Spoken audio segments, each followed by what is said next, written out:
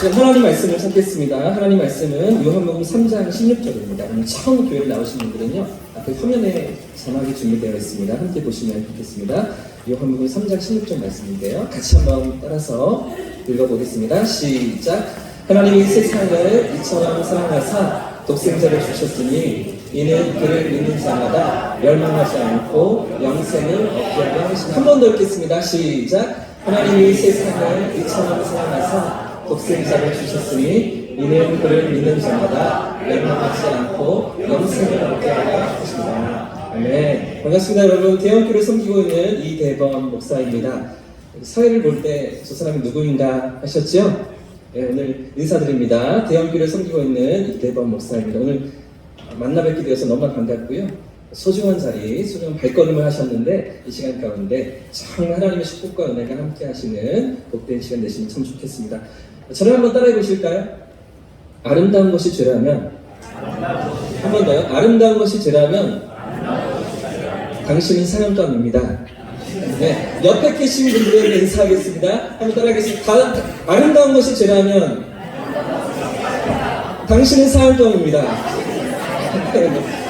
도대체 몇 분이나 사형감이신지요? 정말 소중한 분들 함께 해주셔서 감사드립니다. 오늘 이 자리에 계신 분들 중에는 종교에 대해서 관심을 가지시고 이런 책도 저런 책도 읽어보신 분들이 계실 겁니다. 또 그 중에는 성경을 읽어보신 분도 있으실지 모르겠습니다. 또 어떤 분들은 종교에 대해서, 기독교에 대해서 전혀 경험이 없는 분들도 계시겠지요. 그런데요, 이 자리에 계신 여러분께서 꼭 기억하셔야 될 한 가지는요, 여러분을 이 시간 초대하신 분이 하나님이시라는 겁니다. 이게 무슨 이야기야? 내가 내 발로 왔는데, 그죠? 옆집 아줌마가 등살에 못 이겨서 쫓아왔는데, 그죠? 그런데 중요한 것은요, 하나님께서 여러분을 초청하시고 이 자리에 오셨다는 것이죠. 오늘 시간 그 하나님께서 여러분의 마음을 두드리실 겁니다. 말씀을 듣게 하실 겁니다. 그러므로 저도 최선을 다해서 하나님을 소개해 보려고 하는데요. 제가 조금만 마음을 여시고 하나님의 말씀을 좀 들어보시면 참 좋겠습니다. 여러분, 전 세계 80억이 넘는 사람들이 오늘을 살아가고 있다고 합니다. 수많은 사람들이 세상을 살아가면서 모든 사람들이 공통적으로 소원하는 한 가지가 무엇일까요? 이 땅을 살아가는 수많은 사람들이 모두가 똑같이 소원하는 한 가지가 있다면 그 소원이 무엇일까요? 행복하기를 원하는 것이죠. 여러분, 그렇지 않습니까? 세상에 누가 불행해지기를 바라면서 살아가는 사람이 있습니까? 누구나 다 행복해지기를 원하는 것이죠. 이 행복을 꿈꾸며 살아갑니다. 그래서 그리스의 철학자 아리스토텔레스도 이렇게 말했습니다. 행복이란 가장 훌륭하고 고상한 것이며 인간의 목적은 행복에 이르는 것이다. 이렇게 아리스토텔레스가 말했다고 합니다. 이렇게 말할 정도로 모두가 행복을 소망하며 이 땅을 살아가는 것이죠. 더군다나 우리를 만드신 하나님께서도 우리가 행복하기를 원하셨습니다. 창세기 1장 28절 말씀을 보시면 하나님이 그들에게 복을 주시며 사람을 만드시고요, 그들을 축복하시며 말씀하여 이르시되 생육하고 번성하며 땅에 충만하라고 하신 것이죠. 창세기 1장은 성경을 잘 모르시는 분들도 다 아시죠? 세상을 만드시고 사람을 만드신 이야기가 창세기 1장 아닙니까? 그러니까 처음 사람을 만드실 때부터 하나님은 사람이 행복하기를 원하셨습니다. 자, 그런데 문제입니다. 오늘을 살아가는 우리의 삶이 어떠하십니까? 세상을 살아가는 여러분의 인생살이가 어떠십니까? 여러분의 삶은 과연 행복하신가요? 우리 마음을 한번 생각해 보십시오. 내 인생은 과연 행복한가? 우리 가정은 정말 행복이 있는가? 내 인생은 내가 꿈꾸는 그 행복을 맛보고 있는가? 어떠십니까? 우리 현실을 단적으로 보여주는 그림을 하나 소개해드리고 싶습니다. 노르웨이의 예술가 뭉크라는 사람이 그린 작품 절규라는 그림입니다. 잘 보이십니까? 아마 한 번쯤은 보신 적이 있으실 텐데요. TV에서든 뭐 책에서든 어디서든 보신 적이 있는 뭉크라는 작가의 절규라는 그림입니다. 근데 이 작품이 얼마나 대단하냐면 몇 년 전에 역사상 최고가의 경매를 갱신했습니다. 뉴욕의 한 경매장에서 1억 1992달러에 낙찰이 된 것이죠. 놀라지도 않으시네요. 그 정도면 뭐 하나씩 사실 수 있죠. 이게 하나로 얼마냐면 1,500원. 그래도 놀라지 않으시네요. 그 정도는 뭐 집에 하나씩 소장하고 계시니까는. 네. 이게 그 전에 그 피카소의 최고가를 갱신한 그런 낙찰이었다고 합니다. 근데 이 작품이 왜 이렇게 높은 가격으로 팔려나갔는가 하는 것은요, 이 작품성이 뛰어나서가 아닙니다. 예술성이 뛰어나서 뭔가 뭐 대단한 어떤 것이 있어서가 아니고요. 이 작품이 우리 인생의 절박함을 너무나 잘 보여주고 있다는 것이죠. 이 그림을 자세히 한번 보십시오. 완전히 두려움에 휩싸인 한 인간의 모습이 너무 생생하게 담겨져 있습니다. 완전히 그 확대된 동공, 두려움에 둘러싸여서 눈이 커다랗게 떠진 그런 모습을 표현하고 있고요. 깡마른 뺨에 병마에 시달린 듯한 창백한 피부 위에 죽음의 그림자가 드리워져 있습니다. 심지어는 구름조차 핏빛이죠. 그런 모습을 생생하게 묘사하고 있는 것입니다. 무슨 이야기일까요? 우리의 인생이 이렇다는 것이죠. 우리의 삶이 이러는 것입니다. 누구나 다 행복하기를 원하고 그래서 새벽부터 밤늦게까지 죽을 고생을 하면서 세상을 살아가지만 왜 우리의 삶에는 행복이 없을까요? 왜 우리에게는 참 만족이 없는 것입니까? 왜 이와 같이 우리 인생은 절규인 것입니까? 왜 하나님께서도 우리가 행복하기를 원하신다고 말씀하셨는데 왜 우리의 삶에는 그 행복이 멀리 있는 것입니까? 오늘 정말 어렵게 시간을 내셔서 이 자리에 참석해 주셨는데요. 실없지 않은 이야기 들으려고 오신 건 아니시죠? 조금 부담스러우시지만 성경의 이야기를 마음을 여시고 들어주셨으면 좋겠습니다. 입에 쓴 약이 몸에 좋다고 하지 않습니까? 우리 인생에 대한 성경의 이야기를 한번 들어보시고 돌아가시면 참 좋겠습니다. 왜 우리 인생이 이렇게 행복이 없는가? 한번 따라해 보실까요? 죄 때문이다. 한번 더요. 죄 때문이다. 사실은 이 죄 때문입니다. 우리 인생에 있는 이 죄 때문에 우리의 삶에 진짜 행복과 만족이 없다는 것이죠. 성경은 이렇게 가르쳐 줍니다. 모든 사람이 죄를 범하였음에 하나님의 영광에 이르지 못하였다는 것이죠. 모든 사람이 죄 가운데 있기 때문에 하나님의 영광이 하나님이 주시고자 하시는 그 행복에 다다를 수 없다라고 가르쳐 주고 있는 것입니다. 사랑하는 여러분, 이 세상에 어떤 사람도 이 죄의 문제에서 자유로울 수가 없습니다. 사실 여기 앞에 서 있는 저도 겉으로는 이렇게 말끔하게 차려입고 괜찮은 듯 여러분 앞에서 하나님을 소개하고 있지만 사실은 저도 심각한 죄인입니다. 초등학교 3학년 때였던 것 같습니다. 제가 동네 슈퍼마켓에 아이스크림을 사려고 갔는데요. 아주머니가 잠깐 자리를 비우셨습니다. 아무도 안 계신 겁니다. 카운터 위에 뭐가 있었을까요? 네, 500원짜리 동전이 있었습니다. 그 동전을 보고 제가 어떻게 했을까요? 그 동전 500원짜리를 어떻게 했을까요? 네, 그렇게 하면 안 되고요. 일단은 주위를 살펴야 됩니다. 누가 보지 않는지 주위를 돌아보고요. 그 다음에 주머니에 넣었죠. 그리고 아주머니가 오셨습니다. 그리고 어떻게 했을까요? 제 주머니에 넣었던 500원짜리를 꺼내서 아주머니께 드렸습니다. 아마 아주머니가 알고 계셨던 것 같아요. 여기 있던 500원짜리가 어디 갔지? 이전에 누군가 물건을 사고서 거기다 올려두었던 것입니다. 누가 그 10살짜리에게 도둑질하는 법을 가르쳐 주었습니까? 누가 그러라고 저에게 가르쳐 주었습니까? 아무도 그런 사람이 없지만 제 속에 있는 죄가 그 10살짜리 초등학교 3학년짜리의 마음을 움직이고 손을 움직여서 그 죄를 범하도록 만들었던 것 아니겠습니까? 중학교 2학년이 되어서는 운동장 스탠드에 있는 새 가방이 모인 겁니다. 누군가 내려놓고 놀러 가는 것 같은데요. 리복, 새집 가방이 있던 거죠. 저희 집은 조금 가난해서요. 제 가방이 너무나 부끄러웠습니다. 많이 좀 낡은 상황이었습니다. 제가 어떻게 했을까요? 주의를 살펴봅니다. 첫 번째는 주의를 들어보니까 주의가 있는지 없는지, 가까이 있는지 없는지 확인해보고요. 그 다음에는요, 메고 가는 거죠. 그리고 아무도 보지 않는 골목길에 들어서서 모든 속에 있는 것들을 털어내고 제가 메고 다녔습니다. 누가 저에게 그 도둑질하는 방법을 가르쳐 주셨습니까? 누가 그래도 된다고 그렇게 알려준 것입니까? 무슨 이야기일까요? 겉으로는 아무렇지 않아 보여도 아주머니에게 걸리지 않았습니다. 그 책가방 주인이 지금도 누군지 모르겠습니다. 그러나 제 속은 죄가 들어있던 것이죠. 죄가 제 삶을 죄 가운데로 이끌어가고 죄를 범하도록 만들었던 것이죠. 사랑하는 여러분, 여러분은 어떠십니까? 제 이야기를 들으시면서 여러분의 삶의 이전의 모습들이 기억나지 않으십니까? 여러분, 이 죄의 문제가 해결되셨습니까? 이 죄의 문제를 해결하시면서 인생을 살아가고 계십니까? 아무도 모르니 걸리지만 않으면 괜찮은 것일까요? 평생 그렇게 크고 작은 죄를 꽁꽁 숨기면서 들통만 나지 않으면 괜찮은 것입니까? 그렇지가 않죠. 제가 시간이 지나서 깨달은 사실이 하나가 있습니다. 그 슈퍼에서 500원을 훔칠 때, 그 운동장에서 책가방을 훔칠 때 아무도 보지 않아도, 아무도 알지 못해도 누가 보고 계셨던 것입니까? 누가 알고 계셨던 것입니까? 하나님께서 보고 계셨던 것이죠. 하나님께서 알고 계셨던 것입니다. 주인 아주머니를 잘 속였다고 생각했는데 아무도 본 사람이 없다고 생각했는데 사실은 하나님께서 보시고 기억하고 계셨던 것이죠. 그런데 성경은 이런 우리의 죄의 문제가 그저 죄를 지은 것으로만 끝나지 않는다고 가르쳐주죠. 뭐라고 말하고 있습니까? 죄의 삭은 사망이라고 말하는 것이죠.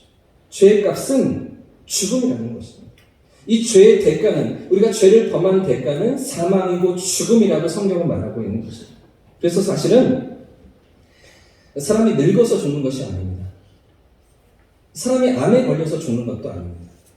사람이 질병에 걸려서 죽는 것이 아니라 무엇 때문에 죽는 것입니까? 바로 이 죄 때문에 죽는 것이죠. 자, 그런데 더 심각한 문제가 있습니다. 이렇게 인생에게 찾아오는 죽음 이후에 무엇이 기다리고 있을까요? 누구나 다 이 죽음을 경험하게 되는데, 죄 때문에 죽음을 맞이하게 되는데, 이 죽음 이후에 우리를 기다리고 있는 것이 무엇일까요? 이렇게 찾아온 인생의 죽음 이후에 무엇이 우리를 기다리고 있습니까? 한 번 더 보십시오. 같이 한번 읽겠습니다. 시작! 한 번 죽는 것은 사람에게 정해진 것이요.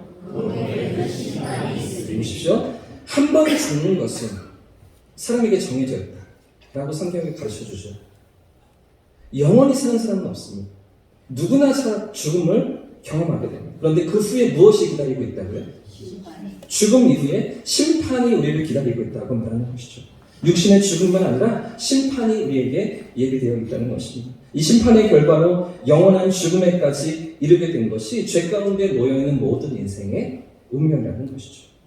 저는 목사가 되고서 정말 많은 가정의 장례식장을 찾아가고 조문을 하고 합니다. 장례식장에 가면 사람들이 이렇게 이야기를 하죠. 이제는 좋은 곳에 가셨을 거예요. 이제는 편히 쉬고 계실 거예요. 그렇게 말하지 않습니까? 그런데 여러분, 분명히 아셔야 할 것이 있습니다. 이 죄의 문제를 해결하지 않고서는 절대로 좋은 곳에 갈 수가 없는 것이죠. 이 죄의 문제가 해결되지 않고서는 절대로 편히 쉴 수가 없는 것입니다. 이 죄가 우리를 영원한 형벌로 이끌어가기 때문에, 이 죄가 영원한 죽음으로 우리를 끌고 가기 때문입니다. 그렇기 때문에 사람들이 절규하는 것이죠. 그렇기 때문에 이 머리를 쥐어뜯으면서 괴로워하는 것입니다.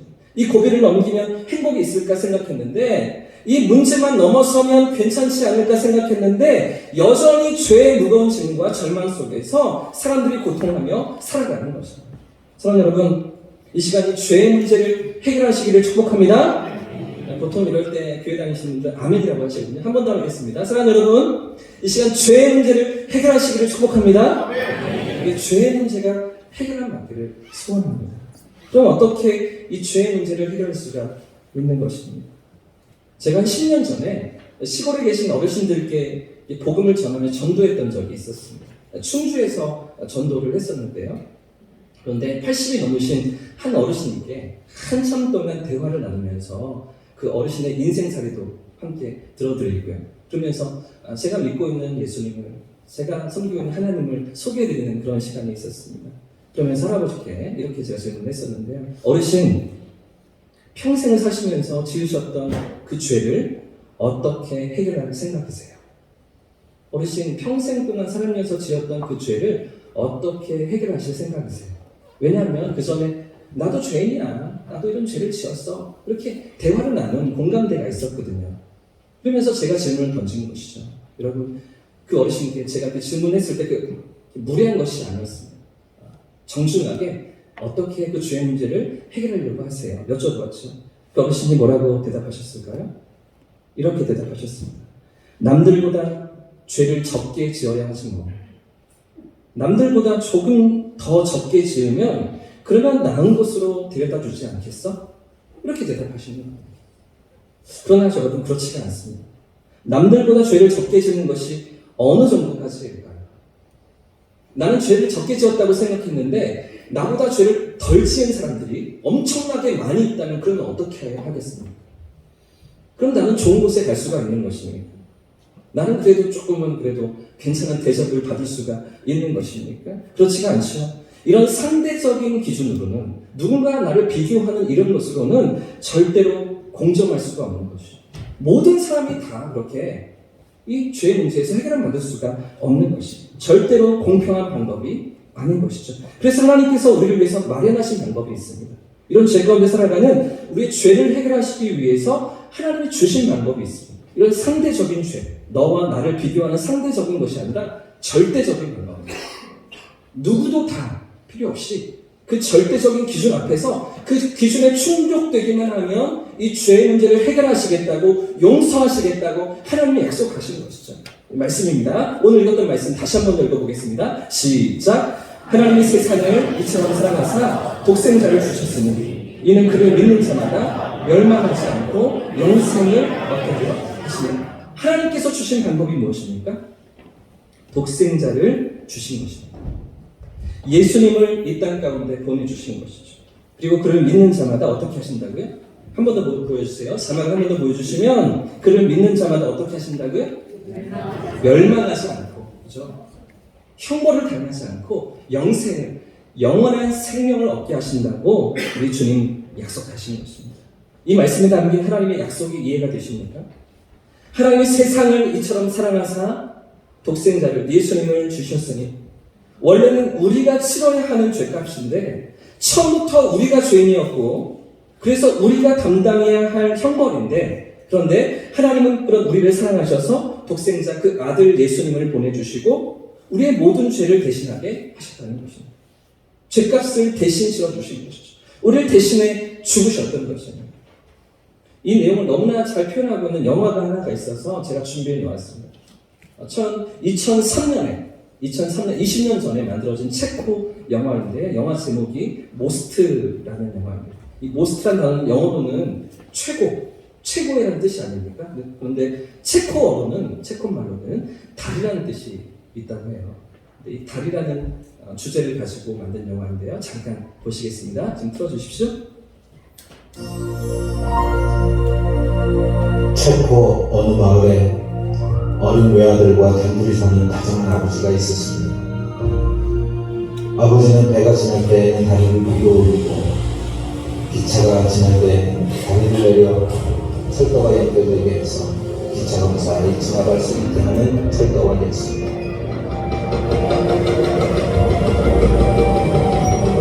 실제 있었던 이야기입니다. 사랑스러운 어린 아들은 자기 아버지가 철도를 연결시켜 놓으면 승객들을 태운 기차가 기적을 울며 빠르게 지나가는 장면을 지켜보는 것을 좋아했습니다. 어느 날 배가 지나가기 위해 다리가 위로 올려져 있을 때 기차가 예전보다 일찍 빠른 속도로 달려오는 것을 바깥에서 일한 아들이 보았습니다.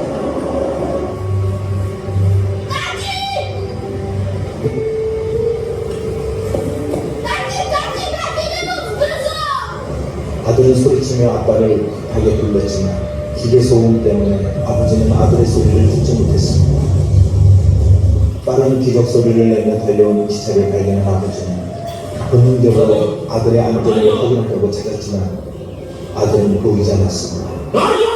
위험을 감지한 어린 아들은 자기가 직접 레버를 당겨 다리를 내리려다가 그만 난간으로 떨어집니다.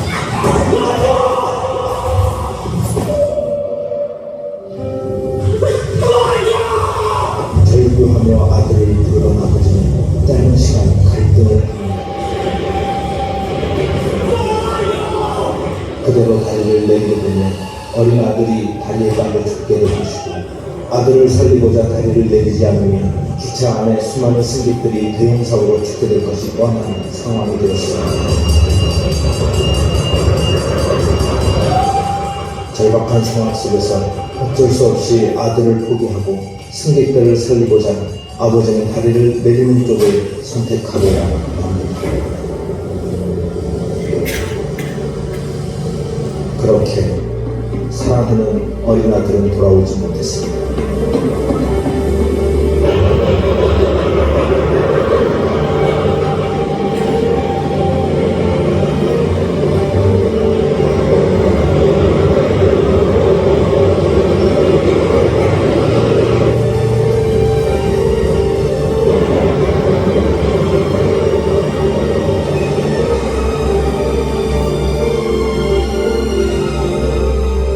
그리고 승객을 태운 기차는 무사히 다리를 건너게 됩니다.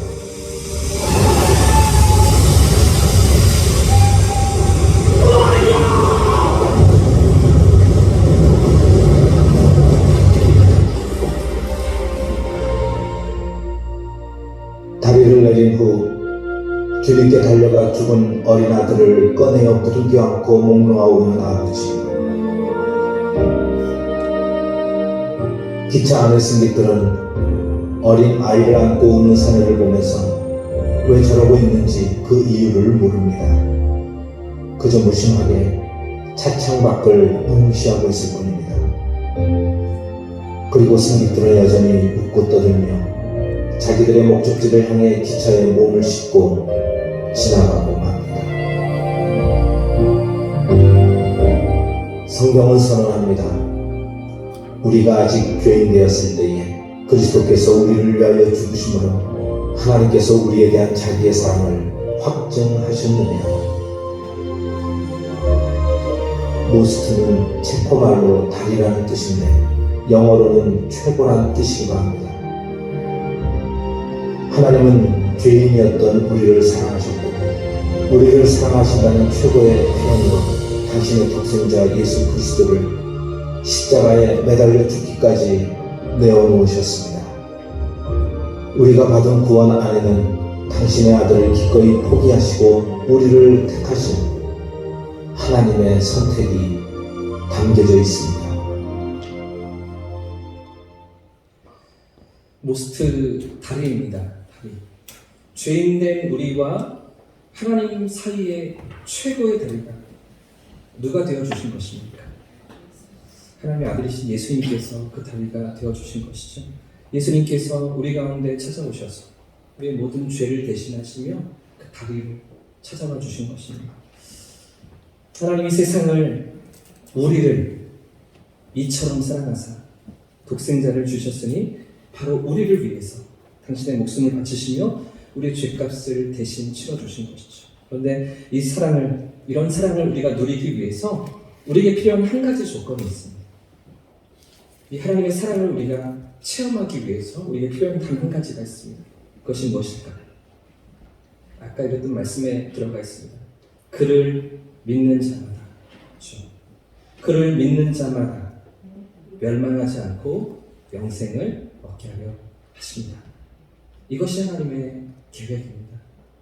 이것이 하나님의 우리를 향하신 마음이죠. 이 하나님의 사랑이 체험되시는 이 시간 되시기를 축복합니다. 하나님의 사랑 안에서 우리의 모든 죄가 용서함을 받고 영원한 생명을 누리시는 우리 모두의 삶이기를 축복합니다.